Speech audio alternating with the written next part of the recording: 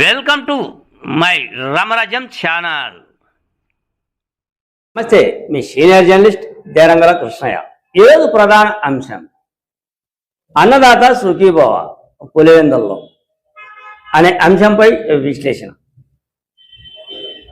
ఇక రాబోయే కాలము అంతా రైతుల కాలమే అంట. ప్రతి చెరువులు నిండుతాయి అంట. ప్రతి ప్రాజెక్టులు నీళ్లు విడిచే కార్యక్రమాన్ని ముందుకు నడుపుతారు అంట. ఇక ఏముంది, ప్రతి రైతుకు పంటలే పంటలు, ప్రతి రైతుకు డబ్బులే డబ్బులు, ప్రతి రైతు బెంజ్ కారులో తిరుగుతాడు రాబోయే కాలంలో అని పులివెందుల్లో బీటెక్ రవి జోస్యం చెప్పాడు. బీటెక్ రవి ఎవరిని చూసి జోస్యం చెప్పాడు అంటే, ఒక పులివెందుల్లో ఉన్నటువంటి తెలుగుదేశం నాయకులు కోరెడ్డి ప్రభాకర్ రెడ్డి ఈ ఉద్దేశపరకంగా మాట్లాడాడు. వచ్చే భవిష్యత్ అంతా రైతులదే, రైతులు బెంజ్ కారులో తిరుగుతారు అని సంబోధించాడు. అదే మాట ఉద్ఘాటించాడు మన బీటెక్ రవి. అంటే ప్రతి రైతు బెంజ్ కారులో తిరిగే పరిస్థితి రాబోయే కాలంలో వస్తుంది అని, అది చంద్రబాబు నాయుడుతోనే సాధ్యము అని గతంలో వైఎస్ జగన్మోహన్ రెడ్డి మాజీ ముఖ్యమంత్రి ఒక్క రైతుకు కూడా ఏమి నీరు ఇవ్వకుండా ఆ రైతు పట్ల నిర్లక్ష్య ధోరణి వహించాడు అని, రైతులు అల్లో లక్ష్మణ అని అల్లాడారు అని. కానీ ప్రస్తుత పరిస్థితుల్లో రైతులు ముందుకు నడుస్తూ ఉన్నారని, ప్రాజెక్టు పూర్తి అవుతాయి అని, ముఖ్యంగా పులివెందుల విషయానికి వస్తే ఎర్రపల్లె చెరువు వైఎస్ హయాంలో చేయలేని కార్యక్రమాన్ని మేము పూర్తి చేశాం. ఇది మా ఘనత. రైతులకు ఎప్పుడు కార్యక్రమం కొనసాగుతూ ఉంది, అందరికీ డబ్బులు పడతాయి అనే సంకేతం ఇచ్చాడు. రైతులకు భవిష్యత్తు ఉంది అనే పలువురు మాట్లాడారు. మరికొంతమంది రైతుల కొడుకులకు వివాహాలే కాకుండా పోతాయని కొంతమంది అన్నారు. రైతులకు భవిష్యత్తు కాలం ఉంది అని కొంతమంది అన్నారు. మరికొంతమంది రైతులకు అందుబాటులో ఉండాలి అని, రైతులను మనం ప్రోత్సహించాల్సిన అవసరం ఉంది అని, కూటమి ప్రభుత్వం ఇంకా ముందుకు వెళ్ళాలి అని జనసేన పార్టీ కావచ్చు, భారతీయ జనతా పార్టీ కావచ్చు, తెలుగుదేశం పార్టీలు కావచ్చు, రైతుల మీద మాటలే మాటలు. ఈ వీడియోలో బీటెక్ రవి మాట్లాడిన మాటలు వినండి. ఇలా గారికి అలాగే జనసేన పార్టీ తరఫున ఇక్కడికి వచ్చేసి రైతుల గురించి కూడా మాట్లాడినటువంటి మా సోదరునికి, అలాగే వేదిక మీద ఉన్న అందరూ, సింగిల్ మీద ప్రెసిడెంట్, మా మండల శాఖ అధ్యక్షులు, కూటమి నేతలు అందరికీ కూడా పేరు పేరున నమస్కారం తెలియజేసుకుంటూ, ఇది అందరికీ తెలిసిన విషయమే. ఏదైతే మన మేనిఫెస్టోలో రైతాంగానికి 20,000 రూపాయలు వచ్చే సంవత్సరానికి ఇస్తామన్నాను. అందులో భాగంగా ఈరోజు గతంలో 7,000, 6,000 కూడా సెంట్రల్ గవర్నమెంట్ 2,000, రాష్ట్ర 4,000 కలుపుకొని 6,000తో మొత్తం 20,000. ఇందులో అంతకుముందు జగన్మోహన్ రెడ్డి గారు అంతకుముందు చెప్పిన విధంగా 12,500 ఇస్తామన్నాడు. దాన్ని మనం 20,000కు పెంచాం. ఆయన 12,500 కూడా ఆయన 7,000, 6,500 వచ్చేసి అప్పుడు సెంట్రల్ గవర్నమెంట్తో కలిపి ఇచ్చారు. ఆయనకు కానీ సెంట్రల్ గవర్నమెంట్ కానీ అంతకుముందు ఎలాంటి అండర్స్టాండింగ్ కానీ తర్వాత ఏమీ లేదు. ఇప్పుడు మనము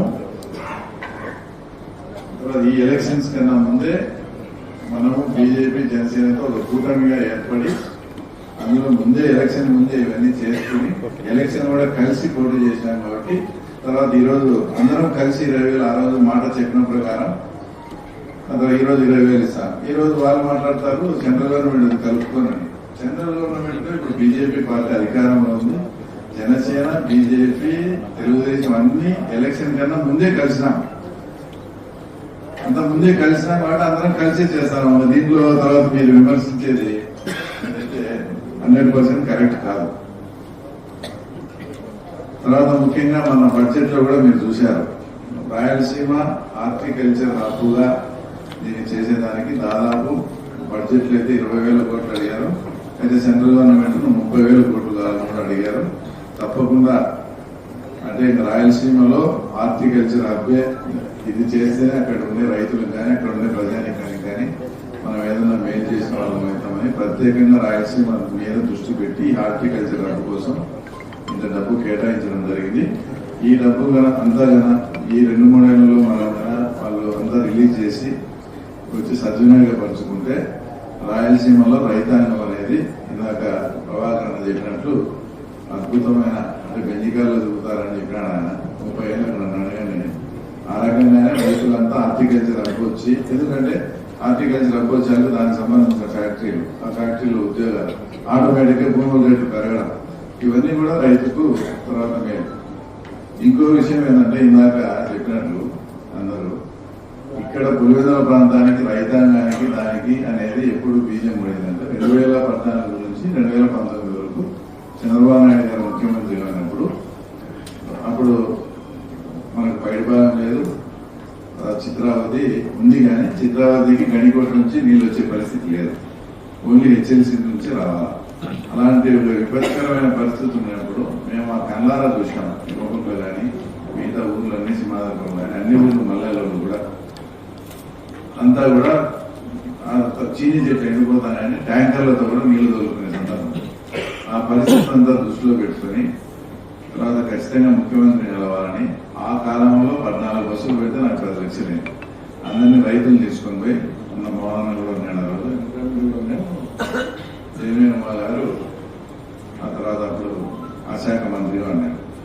చంద్రబాబు నాయుడు గారు పిలిపించి ఆ టైంలో అమ్మాయి ఎక్కడ నీళ్లు ఉన్నాయంటే జీడిపల్లిలో కొంత వాటర్ ఉందంటే అది ఇమ్మీడియట్ గా చిత్రావతికి రిలీజ్ చేయండి, అక్కడ రైతులకు ఇబ్బంది అంటే అప్పుడు ఇమ్మీడియట్ 50 మేళాల మీద వారానికి చిత్రావతి ఉందా అంటే చిత్రావతి కూడా ఇక్కడ కెనాల్ సిస్టమ్ అప్పుడు సరిగా లేదు, ఇప్పుడు ఉన్నట్లు అంత పరిస్థితుల్లో కూడా ఆ అడప వచ్చిన ఒక టీఎంసీ నీళ్లతోనే వచ్చి చెట్లన్నీ బతికించుకుంటే తర్వాత అదే సంవత్సరం అదృష్టం కొద్ది టన్ను 70,000 లక్ష రూపాయలు కూడా పోయినాయి, ముఖ్యంగా గుర్జాల గూడూరు ఈ ప్రాంతంలో.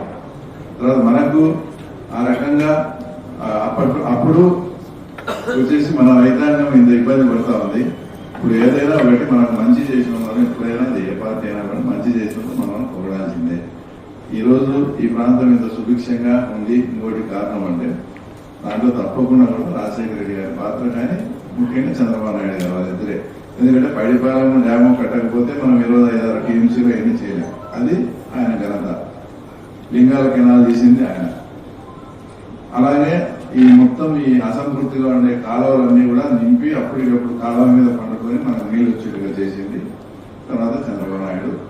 అంతకుముందు కాబట్టి అంతకుముందు మనకు ఇప్పుడు వేరే పార్టీలో పోయినా ఆయన కూడా కష్టపడి, ఎందుకంటే మంచి చేసిన వాళ్ళని ఎక్కడున్నా కూడా మనమైతే మనం లబ్ధి పొందాలంటే మనం వాళ్ళ గురించి చెప్పుకోవాల్సిందే.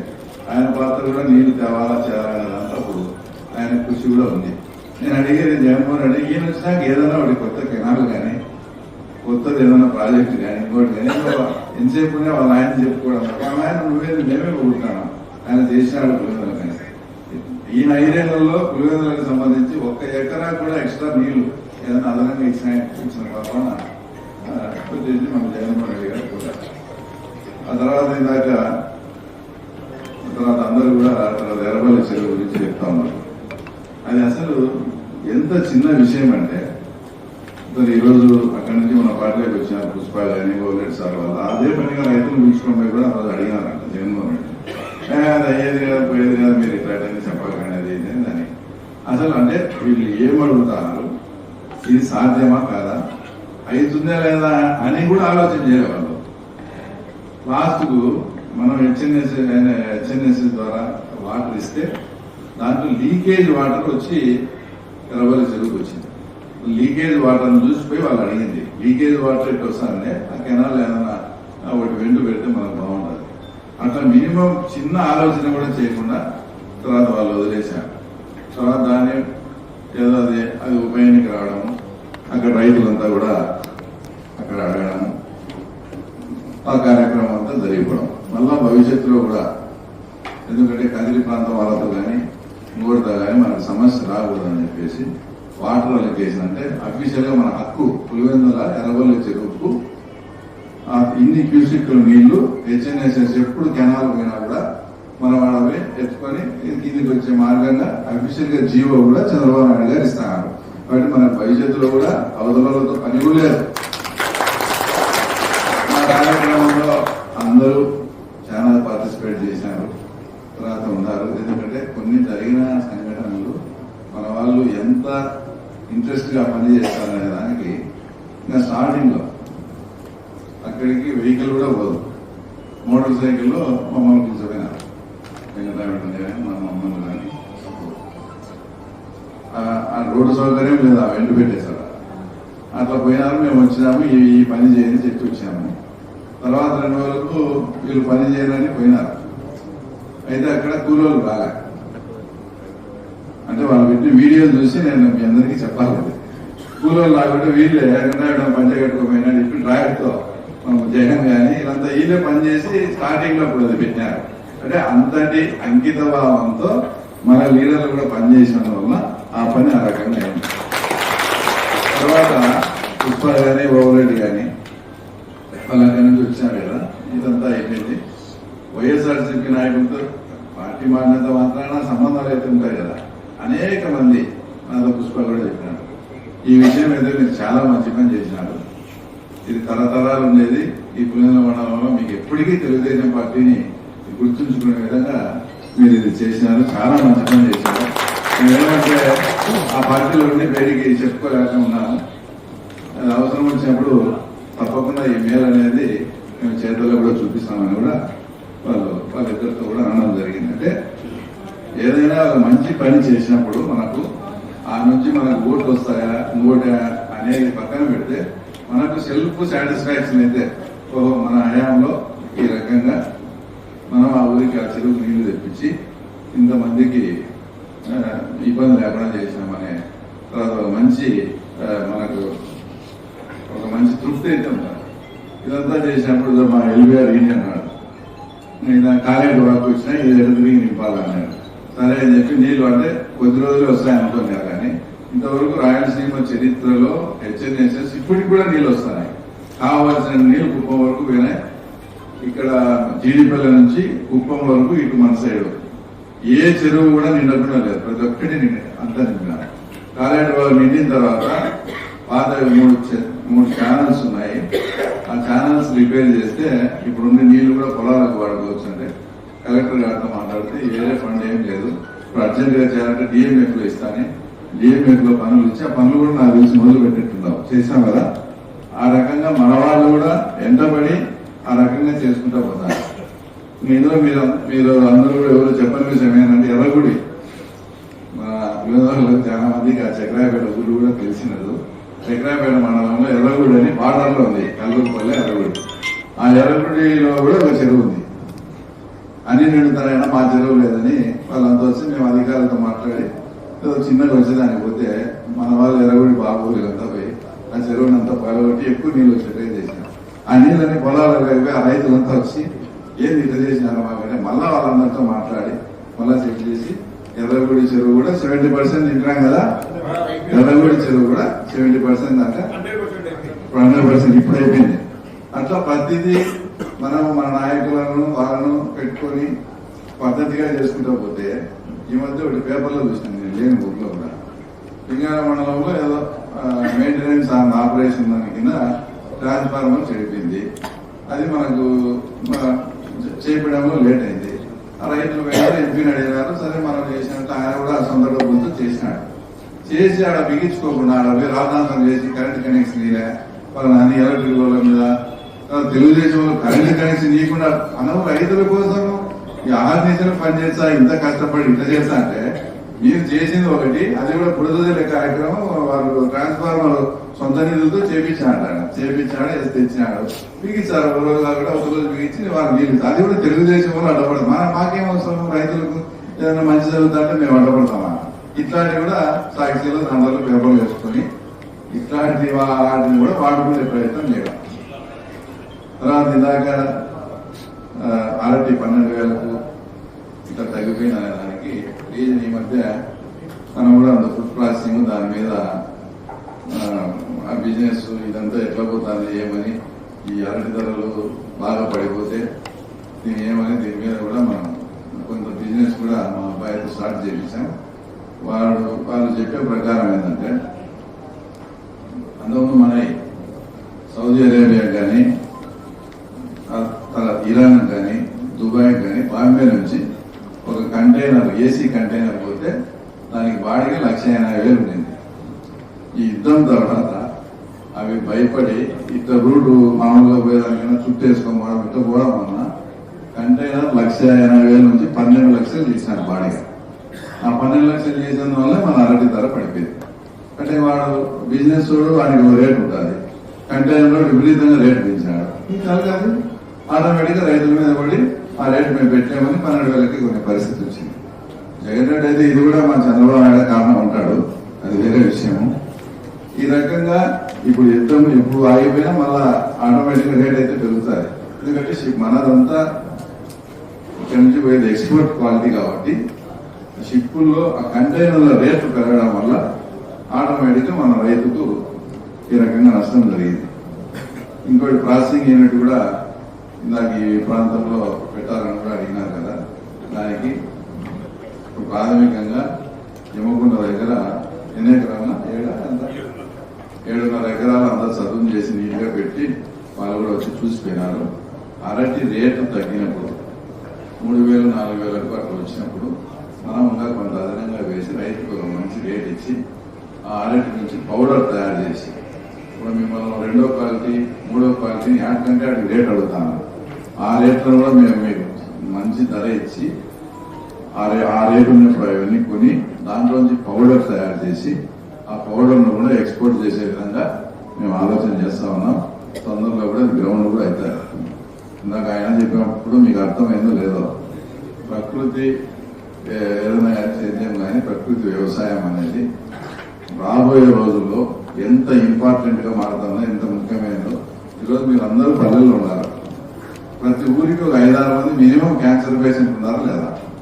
నాకు తెలిసి ప్రతి ఊరికి ఉన్నారు ఈ మధ్య. ఎందుకు ఈ రకంగా క్యాన్సర్ పెరుగుతాయంటే ఆ మందులు కొట్టినవి మనం ఆహార పదార్థాలను తీసుకురాదు. ఎంత మీరు కడిగి ఎంత చేసినా కూడా ఆ మందుల అవశేషాలు అనేవి దాంట్లో ఉండే దాని ఎఫెక్ట్తోనే మనకు క్యాన్సర్లు ఇవన్నీ వస్తాయి. కాబట్టి అనేక దేశాలు ఈ మందులు కొట్టినవి ఎక్స్పోర్ట్ తీసుకోవడం, అందులో భాగంగా ఇట్లయితే మనం ఇబ్బంది పడతామని సెంట్రల్ గవర్నమెంట్ కానీ ఇది కానీ ఇప్పుడు సడన్ గా మిడిల్ ఈస్ట్ లో యుద్ధం వచ్చింది. ఇప్పుడంతా కూడా యూరోప్ మనం సప్లై చేయాలి. యూరోప్ కూడా మందులు కొట్టినట్టు తీసుకోవడం, దానికి ప్రత్యేకంగా సెమీ ఆర్గానిక్ అని ఒకటి పెట్టి దాంట్లో అయితే ఇవన్నీ కూడా పోయేట్టుగా సెమీ ఆర్గానిక్ అని అవన్నీ చేయాలంటే ఇప్పుడు ఏదైతే మన ప్రభుత్వం ప్రకృతి సేద్యం ప్రకృతి వ్యవసాయం రోగాన్ని చేస్తే అప్పుడు ఎక్స్పోర్ట్ అయ్యేదానికి కూడా ఉంటుంది. ముందు రాబోయే సంవత్సరాల్లో ప్రకృతి వ్యవసాయం అనేది చాలా చాలా ముఖ్యం. అందరూ దాని వైపు పోకపోతే చాలా మనం నష్టపోతాం. ఇప్పుడు మందులు జ్వరం వచ్చినప్పుడు ఒక టాబ్లెట్ వేసుకొని 2 నెలలు ఆ టాబ్లెట్ మనకు పని చేయదు. మళ్ళీ రెండు టాబ్లెట్ వేసుకోవాలి ఒకసారి షుగర్. అట్లాగా శనికి 4 సార్లు కొడతాం ఈ సంవత్సరం, నెక్స్ట్ ఇయర్ 5, ఒక సంవత్సరం 6. దీనికి లిమిట్ ఉండదు. కానీ దాన్ని అర్థం చేయాలంటే ఖచ్చితంగా ప్రకృతి సేద్యం వైపు మనకు పంట ఒక సంవత్సరం తగ్గినా పర్లే, దాని వైపు పోతే ఆ రకమైన రేటు కూడా వస్తాయి. కాబట్టి ఇక్కడికి వచ్చిన వాళ్ళంతా కూడా అంత వ్యవసాయం దాని వైపు తర్వాత పోవాలని ప్రాసెసింగ్ యూనిట్ కూడా తప్పకుండా పెడతాను. అది సక్సెస్ అయితే మన మండలానికి కూడా